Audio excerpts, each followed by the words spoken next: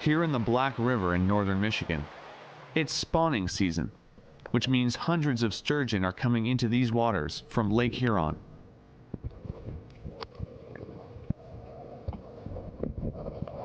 Kim Scribner is using this as an opportunity to get to know every fish that comes through. All right, so it's a previously marked male. We're just going to wand the animal just to get an ID number. We have them marked in two places, dorsally on the back and on the front. And so this one is 179330948. Okay, flip it over. Yep. And this one is 43136D48. Because it's such a small population, he's seen most of these fish before. Yep. But that's the point.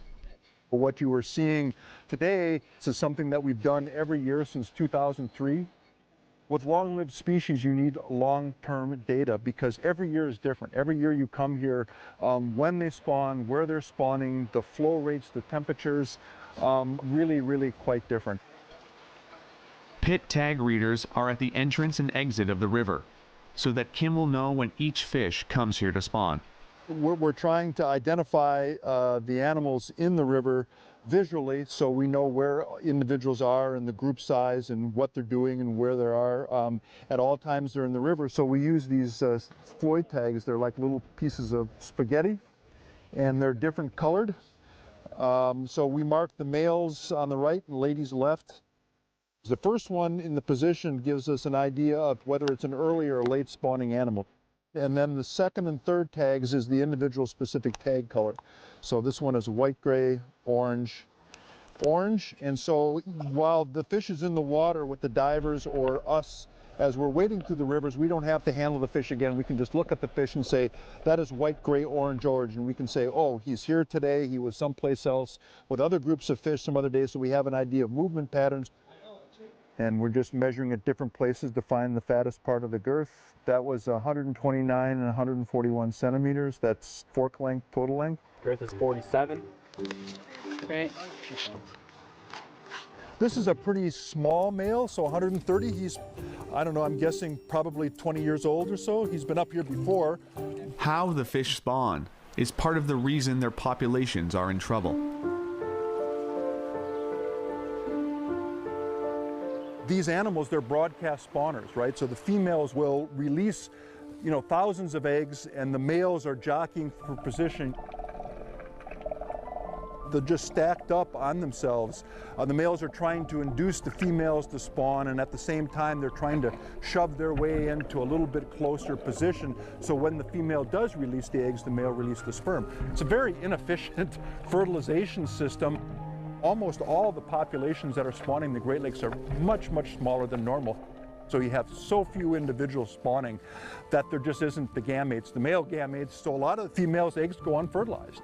And that's a huge problem. So the female fish tries to deal with that by waiting until more males show up. But the more she waits, the poorer condition her eggs are in. So it's sort of a bet hedging game that she's playing. So a lot of the females' eggs aren't getting fertilized because of the inefficient fertilization system and the fact that we have such small spawning population sizes. And then the eggs are deposited, the eggs are dying in large numbers, they're being eaten in large numbers. Now a massive female gets her turn. So this is probably a female, and it's probably a female because fish that are this large, and this is obviously larger than that other one, are typically female. Okay guys, you might have to hit the land here for this. It is 49.6. That's 49.6 kilograms, over 100 pounds. She's also more than 2 meters long, making her one of the biggest fish they've seen this year. Kim quickly tags her and sends her on her way.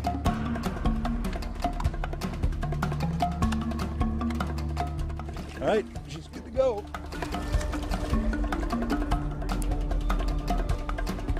As the female sturgeon swims away, the team hits the water again.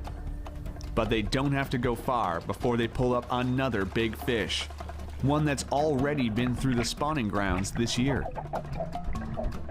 This pink color indicates that this guy was in here during the early spawning run, so a few weeks ago. And so this is one of these males that leaves the spawning area and then decides to come back and try to have his way with the ladies a second time. You can see that this is really, really small compared to the other fish that we have. So this is gosh, it's probably just a little over a meter long. The fact that this is still this rough indicates that this fish is just recently sexually mature. So this is probably one of the first times this little guy's been up here. This fish was first encountered on May 12th and it is currently the 28th. We had new tags for our pit and our RFID, so that means we didn't have him prior to this. So this might be his first spawning year, and he had a total length of 123 centimeters, so he's very small. This sturgeon is about 15 years old, just reaching sexual maturity. He's one of the lucky ones that stayed alive long enough to finally start reproducing. Since he seems so eager to share his sperm, Kim collects it to take it back to his office. Here they breed sturgeon to help with research and to give them a helping hand in those incredibly dangerous early years of life. We know what the problem is. Sturgeon are not self-reproducing, right? They're not recruiting in numbers to sustain populations to levels within the management horizons that people are looking at. And so people are looking at hatcheries, right, as a means of getting at that. Hatcheries have an important role, but it's only one tool. That's why his work is so important. To know how and when they're reproducing, and then understanding why their offspring aren't surviving, is a huge step towards protecting them. Brad McNevin wants to know if the muskrats need protecting at all. For that, he needs to find them.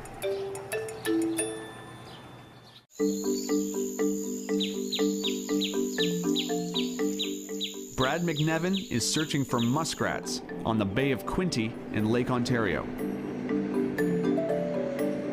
This area used to be home to some harsh pollution. Now that the water is being cleaned up, there's a new concern: fluctuating water levels due to a big dam upstream. He wants to see how these constantly changing water levels are affecting the muskrats' dens and how they build them. To find out, he's got to dig. Our goal is going to be to see if we can see any muskrats in that den, to see if it's a house that's being utilized or not. All right, so I suspect that this one is possibly abandoned, but we're going to just dig in here a little bit and see what we find. The water's pretty high up in it. Yeah, when I dig down in here, I can feel where the house part of the den would be, where the open air would have been, but I can feel the water. So this house would be abandoned now because it's been flooded. Yeah, you can feel the house portion of the den. Muskrats are not using this den anymore. If they were, it would be a really bad idea for Brad to be sticking his hands in here. Yeah, so we wouldn't want to do this if we thought the muskrat den was active, because we'd be introducing a lot of scent, and that could cause predation. This would be an average size house. Sometimes it could be a little bit bigger. In most cases, they're packed with cattails and mud on top of them, and this would be a reasonable sized one. Muskrats are tricky to spot because they've evolved to be able to hide underwater from predators. They can close their ears to keep water out and can hold their breath for up to 17 minutes. Muskrats are a small rodent. They're not actually rats or anything like that, but they're brown in characteristics. They're fur-bearing mammals. They have a small tail on them, and they get their name muskrat not from being close to a rat, but it's actually the musky smell of their fur. Looking for a den among the cattails is very tricky. They're well camouflaged and buried deep within the thick reeds.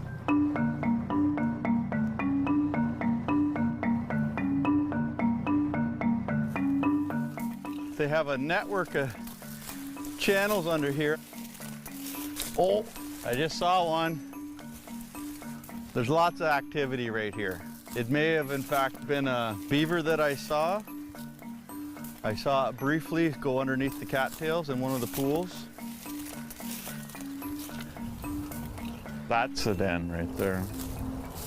Yeah, see, that looks like a really good den. Muskrats collect building supplies to reinforce their dens almost daily, and that's when it's easiest for Brad to spot them.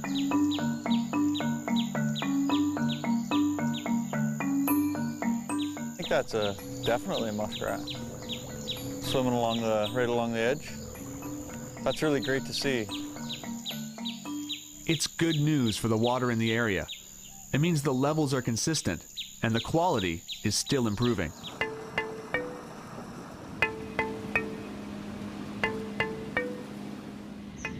I think over the last 25 years, considering what the stories were told and the pictures that were shown in this area, I think we have a really good news story. Water quality is a very important piece to fish, to wildlife. We draw a lot of our drinking water from the Bay of Quinte. A lot of municipalities, their primary source of water comes from the Bay of Quinte. What happens in the Bay of Quinte impacts what happens down in Lake Ontario and in St. Lawrence River. So we're all connected through this whole water system. And water quality is an important piece to that. I think we've done a great job.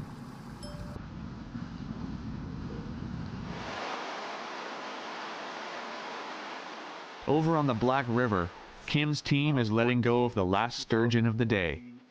He's not exactly quick to say goodbye. So the handling is a little stressful for the fish. You can see these pectoral fins. There's these things on the side, and these things they're quite maneuverable, and that way he can hold himself in place until he feels up to moving on about his business. So I think he's good to go. And he's not really interested in going, but... As the fish heads off to find some more females, Kim is hopeful about their future.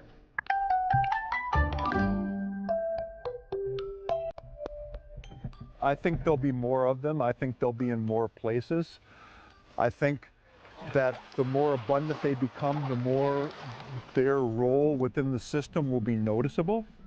He has good reason to be optimistic. Since the animals have such a long lifespan, it takes time to see the benefits of all this hard work. But already, the populations seem to be doing much better.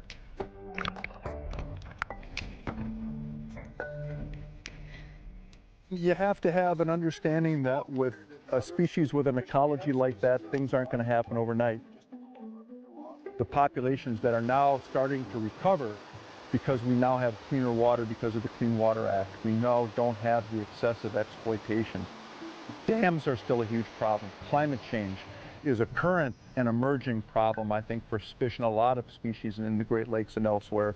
But I think a lot of progress has been.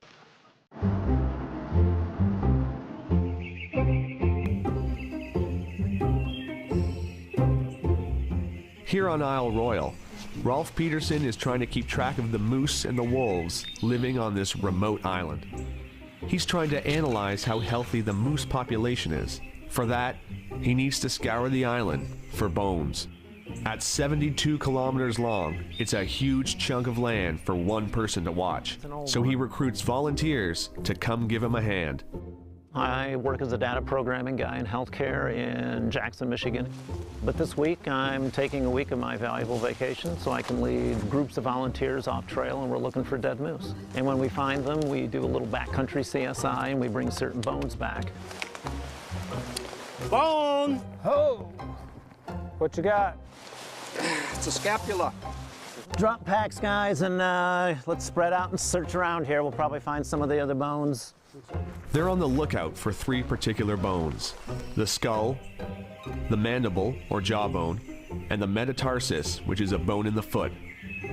Those particular bones will give Rolf a lot of information about the moose, like health and age. Bones! Lots of them.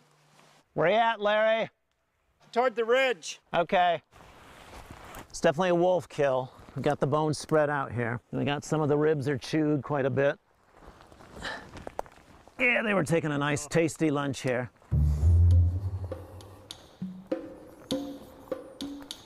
Well, looks like I found 2 leg bones over here. Which leg bones?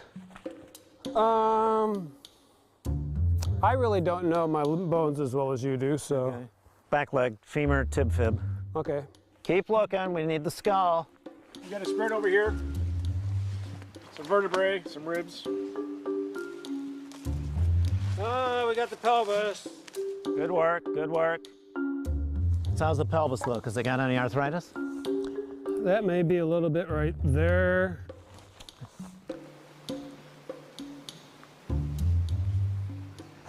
Aha, get a metatarsus.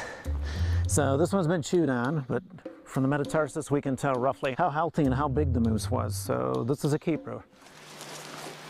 Well, let me see if I can arrange these. Okay, got the skull. Got the skull, guys.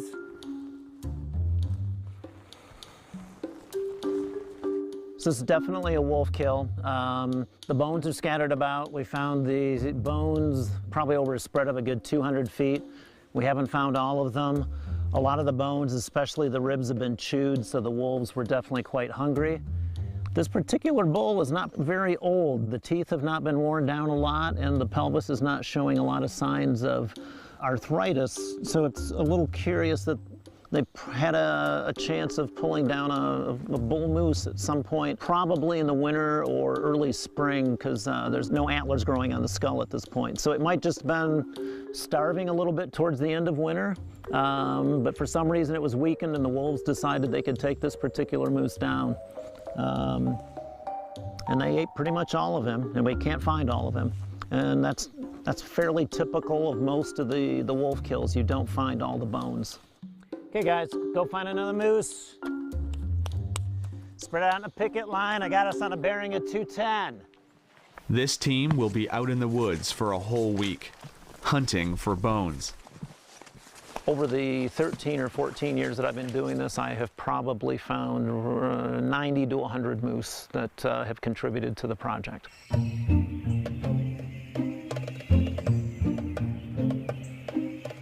Back at his cabin, Rolf goes over every bone with his wife Candy, looking for clues into the animal's life. The bull skulls always weigh much more than the cows, and you can see here that his antlers had just fallen off because it's kind of a concave surface and it's very rough. So he died early in the winter.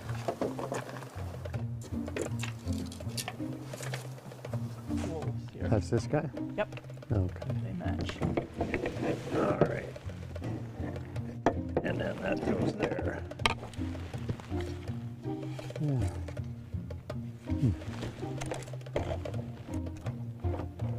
And But it was loose and infected, so. All right. And that's the right, left hip. Dislocated hip. He was limping. Probable wolf kill. Yep. Okay. This is the haul from this year alone. Rolf has amassed quite the collection over the past few decades.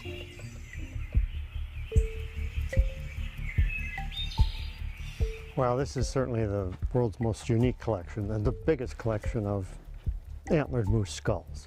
Yeah, we started collecting skulls of moose in about 1979 or so to get more data on size of the skull and particularly the brain case, which is a sign of early nutrition. From the antlers, we can tell how healthy it was because that's what the ultimate purpose of antlers is, to indicate to females how fit a bull is. Yeah, these moose are a real exception. Most moose die without their antlers on, and most of them are killed by wolves. Each of these bulls has a story, and some of the stories we know. These two guys in the front died locked together. They got their antlers stuck during a rutting fight and then couldn't pull apart, and they both died. This is a good example of a moose that died pretty young, probably 2 or 3 years old, but his antlers were pretty pathetic for a 2-year-old, and they were asymmetrical, which means there's something wrong with his health. And the wolves killed him. This, among all these strange moose, this would certainly be the strangest. It was born with uncertain gender, neither completely male nor completely female, and it didn't have enough male testosterone, male hormone, to grow normal antlers. A set of antlers that was originally attached to this moose. They're extremely heavy. Large antler might weigh 10 pounds, 8 to 10 pounds. These are 3 times that. So each of these antlers probably weighs about 30 pounds. Each of these bones helps Ralph uncover the story of the animals on this island. There used to be a wolf-moose story, and it's a wolf-moose vegetation story, and then it's diseases of wolves that have come into play, and parasites of moose in the form of winter ticks. And so the story gets more and more complicated with more and more players. That's how he gets the story of the moose. But the wolves are much trickier. When Ralph collects the remote cameras from the island, he gets an eyeful that he wasn't expecting.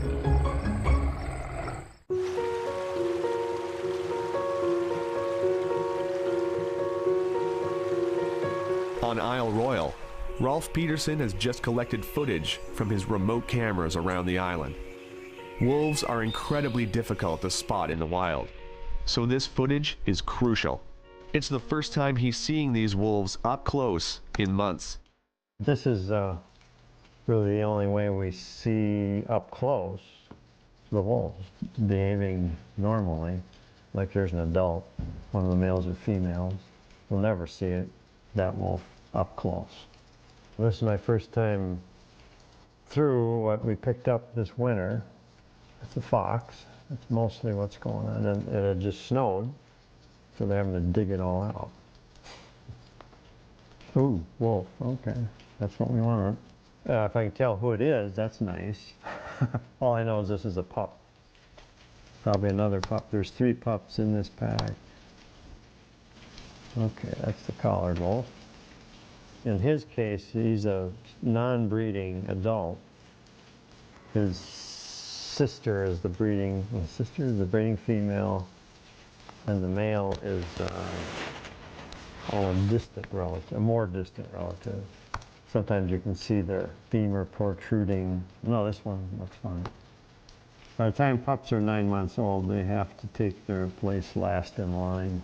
So if anybody starves, it's the youngsters at this age. So it's the alpha male and female that will eat first. Now that's one of the adults there now, chewing on a bone. So this was maybe the only time I've gotten more than 2 wolves, well, 3 wolves a couple times in the summer, but it was really good because this we now know is a brother and sister, and then aunt, who's much more cautious. She's waiting for these other wolves to get through this area. Now she's coming. See, I was there 10 days previously, and these wolves are smelling my scent. Sometimes he plants little surprises in front of the cameras, just to see how they react. This was really important footage for us because it was the first time these 2 wolves, we'd ever seen them. And then we put some scats here from the other end of the island in hopes that they'd stop and check it out. And they found it extremely interesting because they know who these wolves are, but they're not supposed to be here. Maybe that's what they're thinking. And sometimes he catches a glimpse at the predator-prey relationship in action. This is one of the better little clips we've ever caught. At night, wolves, all you can see is the lights of their eyes, but it's the audio. There it is.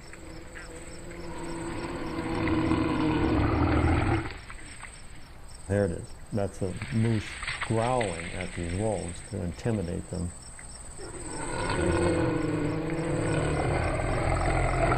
And I'd never heard that before. It's really wonderful because the moose was about a foot away from the camera. And the wolves were intimidated and they all left. So it sounds like a lion roaring. So that's the kind of luck we like to have.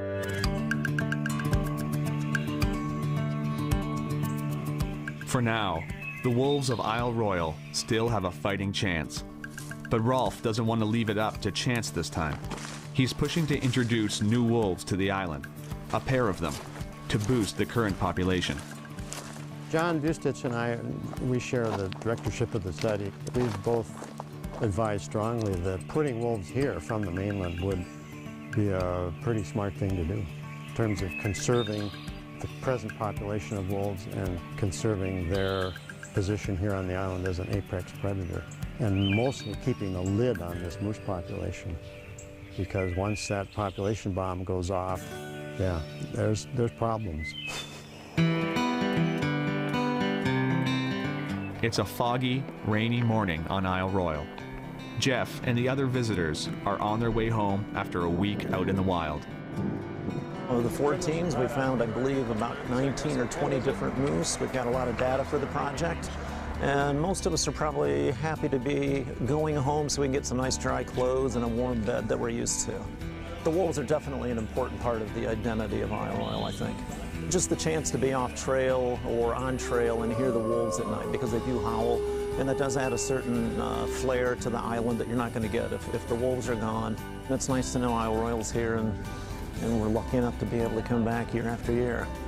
As they return to civilization and the hustle and bustle of regular life, Rolf is still here, fighting to keep the wolves and the island alive. I would hope my legacy would be that people would appreciate how important it is to have a complete ecosystem, meaning top predators as well as herbivores and vegetation in some kind.